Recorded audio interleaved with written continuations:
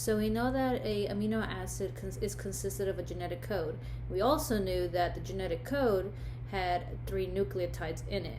But what we didn't know was the different sequences that would give us our different amino acids. So Nirenberg and Matthaei got together and they used polynucleotide phosphorylase, which does not require a template, to try to figure out these amino acid genetic codes.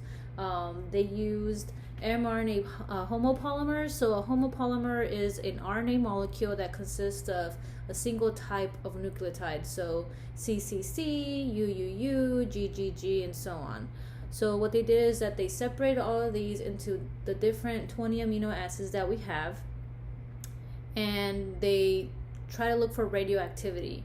They realized that for the poly UUU, that they had some radioactivity with phenylalanine, and then the poly CCC was a proline, and poly AAA was a lysine.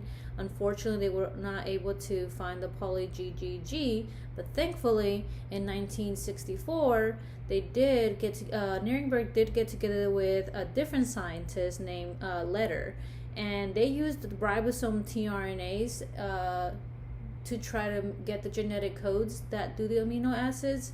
They noticed that mRNA sequences would bind to a ribosome and then they would pair it with an anticodon.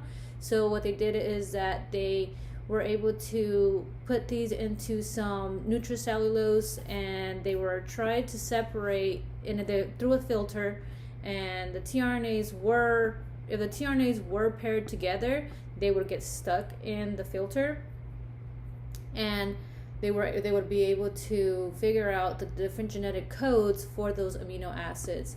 Thankfully, thanks to that, they were able to encode more than 50 codons, which is what we have today for all of our amino acids, since an amino acid can have more than one codon.